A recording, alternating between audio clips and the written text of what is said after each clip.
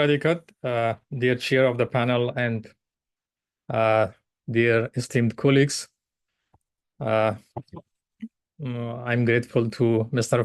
Fahim Hakim and also Palwasha John, who reached to me and invited me to this platform, and particularly in this significant webinar.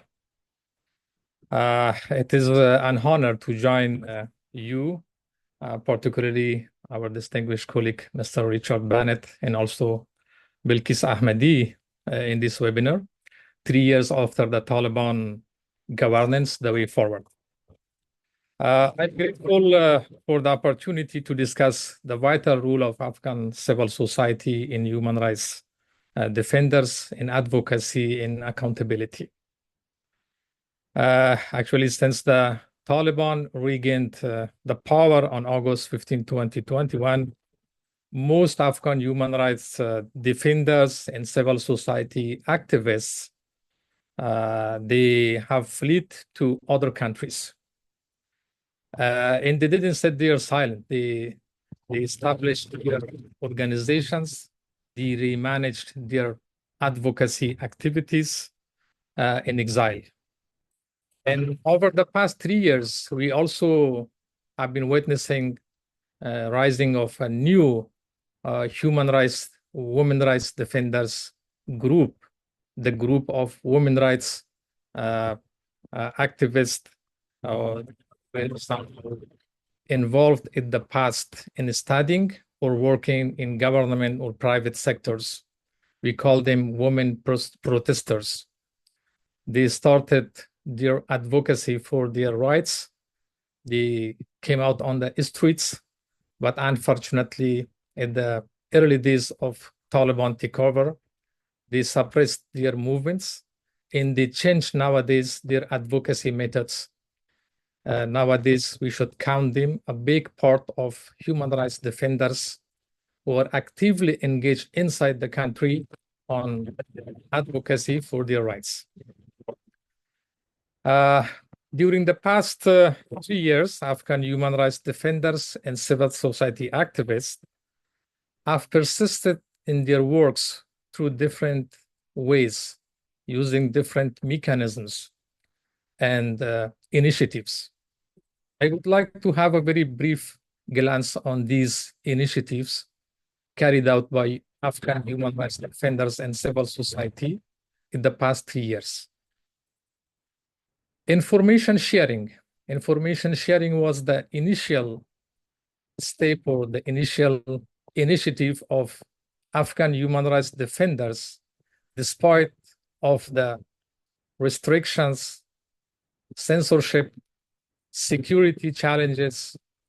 They have tried to reach out through their personal channels, using social media, secret channels, communicating with relevant international stakeholders who they believe that they can echo their voices through different mechanisms globally to the relevant international human rights organizations. Secondly, they carried out a range of advocacy initiatives by taking part in the UN events. For instance, Afghan civil society activists, particularly women rights activists, they took active part in the Security Council sessions, General Assembly, in the Human Rights Council sessions, and their participation somehow supported by some global human rights institutions. And they echoed the voice of Afghan communities through these stages. They played a very significant role during this period.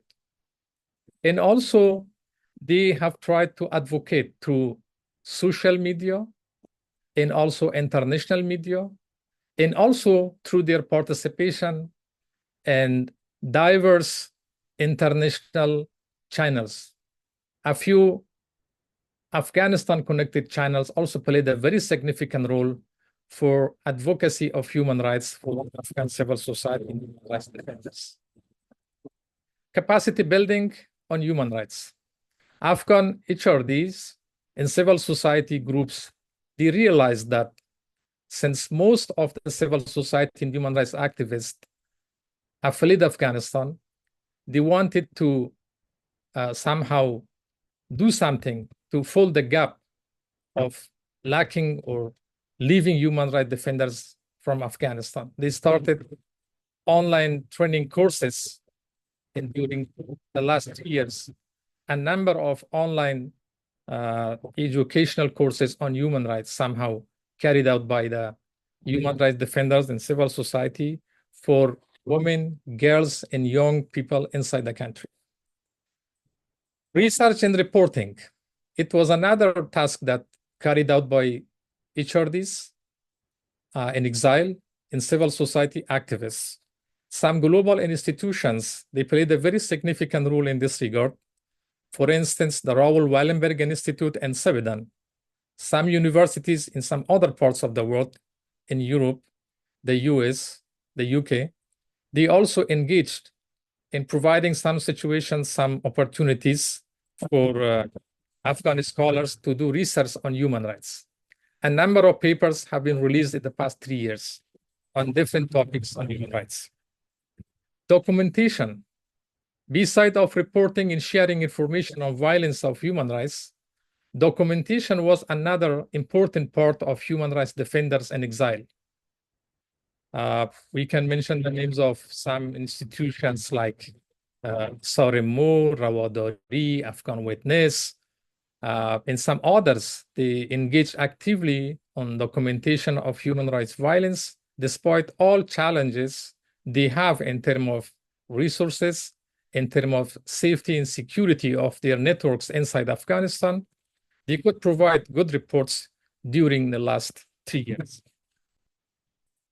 Educational initiatives by civil society for women and girls. Besides of human rights training courses, they have tried to provide some opportunities for education, particularly for those they couldn't continue their education due to the condition imposed by Taliban on education in Afghanistan.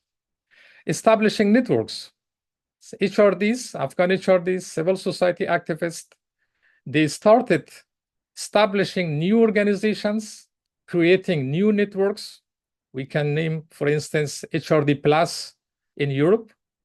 A large group of Afghan HRDs, they came together and they established the HRD Plus, a very well-known, very active group of human rights defenders. They actively engage in advocacy through media and also taking part in a number of sessions and OSCHR gatherings, including the Security Council sessions, the Human Rights Council sessions. We can mention Rawadari, a new organization leading by a very well-known active human rights defender, and also SRMO, another organization supporting human rights defenders and providing trainings on safety mitigation in different parts and different issues of human rights. Training workshops, technical training workshops on documentation. Some organizations, global organizations, particularly Raoul Wallenberg Institute, and also Mdera and others, they provided some opportunity for a big group of human rights defenders to learn how to document human rights violence. It's very technical, skillful training sessions. It started and it's continuing. Soon we will have a good session of this in-person training in Canada, where I hope Mr. Richard and some other colleagues also will join us on that. A global campaign on the recognition of gender apartheid. It was another initiative. Somehow it started in recent months, and a number of HRDs, particularly women rights HRDs, they actively engaged in this issue, and it's going very well, despite all challenges and also difficulties they are facing.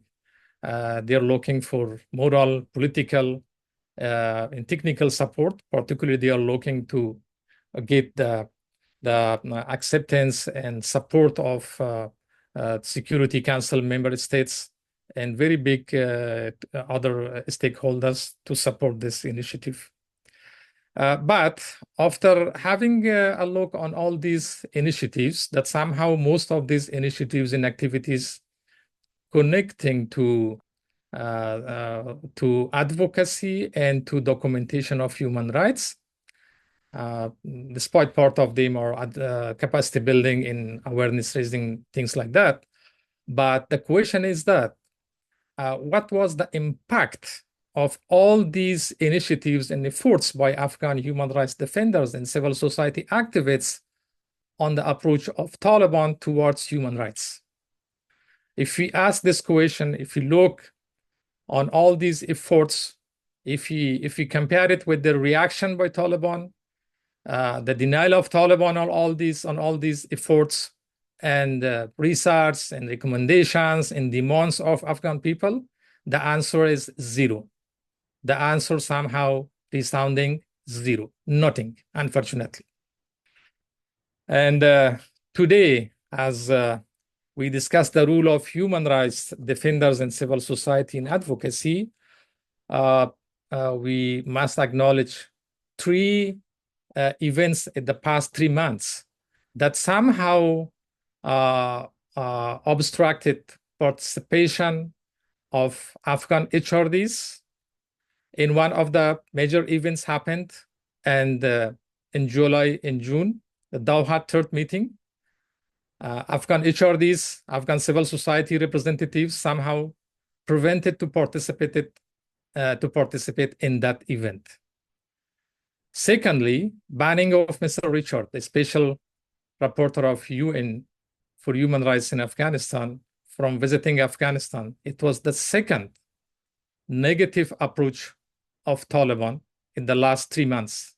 The third, as Bilkis John has mentioned about the propagation of virtue and prevention of vice law. It's not the law, it's just a document released by Taliban.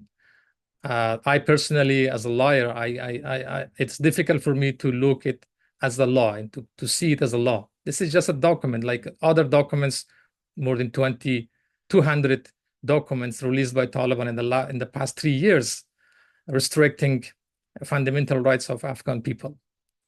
It was like another official stamp of Taliban on their policies, systematic policies against human rights in Afghanistan.